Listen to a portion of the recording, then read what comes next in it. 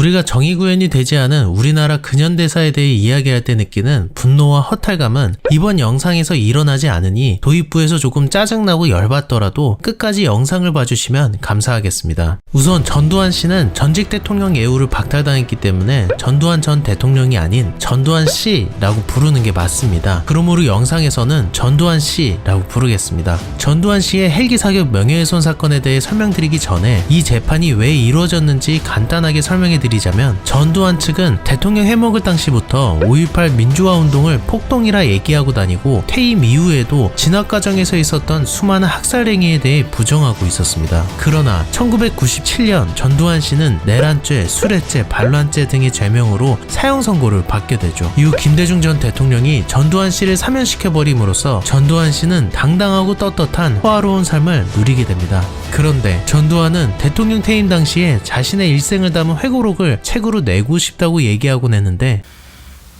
퇴임 후에 일거리라면은 회고록을 한번 써보고 싶다 하는 것입니다.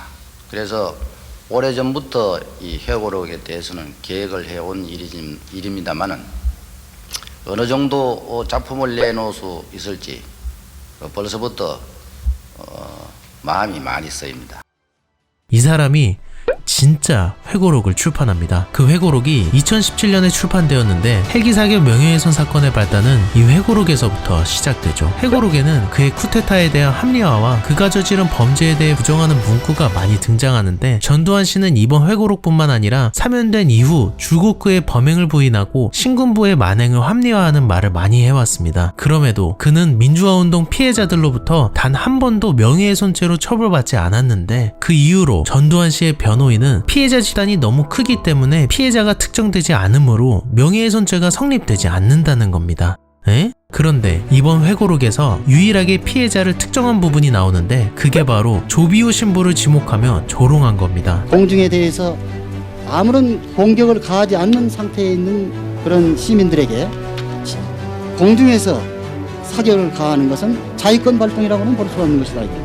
그렇기 때문에 그 자위권 발동에 대한 어떤 합리성을 주장하기 위해서, 그걸 확립시키기 위해서 절대 공중 공격은, 사격은 없었다는 것을 아주 조비우 신부는 전두환 씨 재판 당시 5.18 광주 민주화운동을 군대가 진압하는 과정에서 헬기 사격이 있었다고 증언하며 전두환의 사형 판결에 힘을 실어주었죠. 그래서 이번 재판에서는 헬기 사격이 실제 이루어졌는지 아니면 전두환 씨가 주장하던 헬기는 띄워졌을 뿐 헬기 사격은 하지 않았는지를 밝히는 것이 이번 재판의 주요 쟁점이었습니다. 그런데 여기서 누군가는 전두환이 광주 민주화운동 제압하려고 총 쏜 건 다 아는 사실 아니야? 헬기 사격이고 나발이고 이제 와서 그게 중요한 거야? 그리고 전두환 사면됐잖아. 일사부재리의 원칙 몰라? 이미 재판받았었는데 어떻게 또 처벌을 받아? 라고 하실 수 있는데, 헬기 사격이 주는 의미를 생각해본다면 이는 전두환 씨가 줄곧 주장해왔던 무장폭도를 제압해라는 것을 전적으로 부정하게 되는 것이며, 신군부는 애시당초 제압의 의도가 아닌 학살의 의도가 있었음을 알 수 있습니다. 그리고 영상을 끝까지 보신다면 이번 재판이 왜 일사부재리의 원칙이 적용되지 않는지 아시게 될 겁니다. 1997년 재판 당시 전두환 씨는 5.18 민주화 항쟁을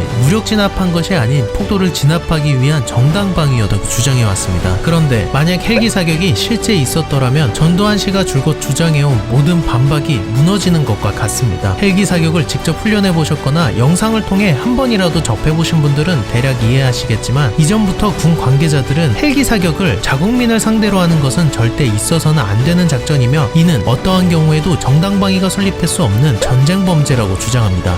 그 이유는 헬기 사격의 목적에 있습니다. 당시 사용된 헬기는 500MD라는 모델이고, 당시 이 모델에서 사용된 총기는 M60이라는 기관총입니다. 헬기 사격이 적의 군대와 전투할 때만 사용되어야 하는 이유가 바로 이 기관총 때문입니다. M60 기관총은 소총과 다르게 어마어마한 연사력을 발휘하는데 분당 발사 횟수가 무려 550발에서 600발입니다. 대략 초당 10발을 쏜다고 생각하시면 될 것 같습니다. 거기에 반동까지 어마무시하게 심해서 정확한 표적을 향해 조준하는 것은 소총에 비해 매우 어렵습니다. 애당초 정확한 표적을 향해 쏘려고 만든 것이 아니니까요.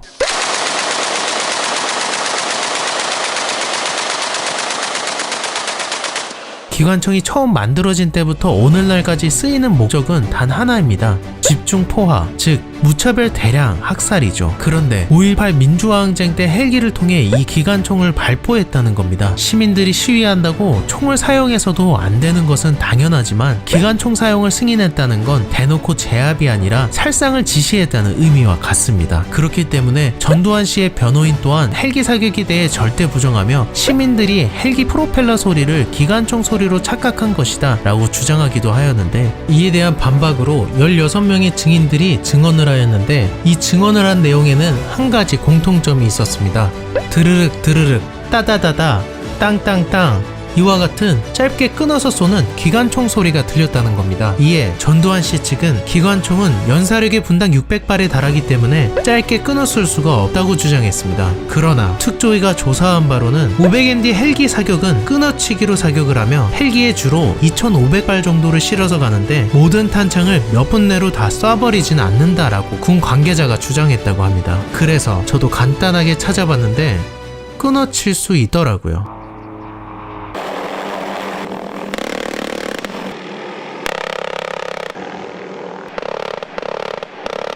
거기에 당시 3.1항공단 탄약관리하사이자 광주로 가는 헬기에 탄약을 보급했던 최종호 씨는 헬기에 보급된 탄약은 20mm 정투형 고폭탄 2000발, 보통탄 1000발, 7.62mm 기관통 1000발에 대한 보급 명령이 떨어졌고, 이후 그가 헬기가 돌아왔을 때 탄약수를 세어보니 20mm 보통탄은 200여 발 정도 줄었고 기관총에서 쓰여지는 7.62mm는 300여 발 정도 줄어 있었다고 증언했습니다. 거기에 당시 군문서인 충청 업무 대비 현황 보고서와 광주 소요 사태 진행 상황 보고서 등에 따르면 5월 21일 오전 10시에 헬기를 지원했다라고 적혀 있었죠. 그렇게 법원은 5월 21일 13시에서 15시에 헬기 사격이 있었다고 인정합니다. 이는 전두환 씨와 신군부가 줄곧 5월 21일 19시에 계엄군 자위권을 발동했다고 주장했는데 헬기 사격이 1시쯤에 이루어졌으니 자위권 발동되기도 전에 이미 헬기에 기관총을 달고 광주 시내 한복판에서 시민들을 향해 기관총을 발포했다는 겁니다. 그러나 앞서 이야기했듯이 우리나라에는 일사부재리의 원칙이라는 게 존재합니다. 이게 무슨 뜻이냐면 한 번 법원에서 유죄 판결을 받으면 또 다른 사실관계가 밝혀지더라도 다시 처벌할 수가 없습니다. 즉 전두환 씨는 이전에 유죄 판결 받은 것에 대해 처벌받을 수가 없다는 겁니다. 그러나 1997년 당시 법원에서 인정했던 내란 목적 살인으로 유죄를 선고한 것은 5.18 광주 민주화운동에 의한 모든 살인죄에 대한 유죄가 아닌 그저 1980년 5월 27일 도청 재진입 작전에 의해 희생된 18명의 희생자들에 대해서만 인정됐었습니다. 5.18 민주화운동 당시 사망한 공식 사망자만 165명이니 당시 유죄 판결을 받은 18명의 희생자와 무죄 판결을 받은 26명의 희생자를 제외한 무려 121명의 희생자들에 대한 법적 판결을 받지 않은 거죠. 이번 5.18 민주항쟁 헬기 사격 명예훼손에 대한 재판은 신군부가 자위권 발동이 아닌 무고한 시민들을 학살한 것을 법적으로 그리고 역사적으로 인정하는 계기가 된 겁니다. 저는 그런 면에서 이번 헬기 사건 관련 전두환 씨의 명예훼손 유죄 판결은 단순히 전두환 씨가 8개월 동안 감옥에서 살게 되었다는 데 있어서 그치는 것이 아니라 진실된 정의가 무엇인지에 대한 대한민국 역사의 기록이 제대로 이루어지는 시작점이라고 생각합니다. 아직 재판이 끝난 건 아니기에 마냥 만족할 수 있는 건 아니지만 그래도 이번 재판이 정말 큰 의미가 있다고 생각하며 오늘날 우리가 당연히 누리는 인권을 위해 헌신한 수많은 희생자분들께 다시금 애도를 표합니다. 역사를 잊은 민족에게 미래는 없습니다. 미래의 대한민국 국민들의 인권을 지키기 위해서는 우리가 역사를 외면해서는 안 됩니다. 영상이 조금이라도 유익하셨다면 좋아요와 구독 부탁드리겠습니다. 전 더 유익하고 재밌는 영상으로 찾아뵙겠습니다.